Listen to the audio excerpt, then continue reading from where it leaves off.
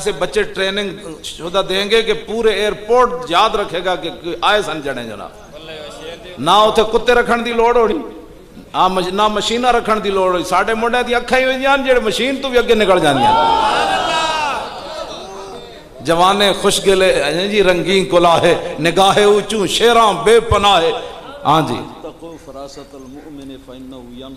हजरत फरमा रहे नो हदीस पाक पढ़ो इत्तकू फिरासत अल मोमिन फइन्नहु यंजुरु बिनूरिल्लाह कि अल्लाह से डरो अब जो है वो फिरासत मोमिन से कि वो अल्लाह के नूर से देखता है।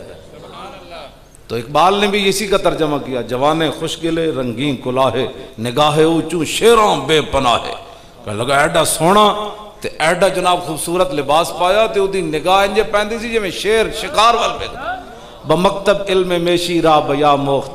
लेकिन इकबाल कहता एडा शेर सी जिहदी निगाह शेर नालों भी ज़्यादा तेज सी वो स्कूल गया तो उत्थे भेड़ां दी कहानियां पढ़ियां तो फिर वो भी भेड़ बन गया।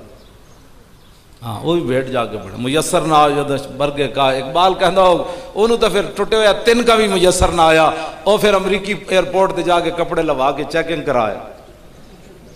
हंसने वाली बात नहीं है बच्चों ये रोने वाली बात है। हाँ जी।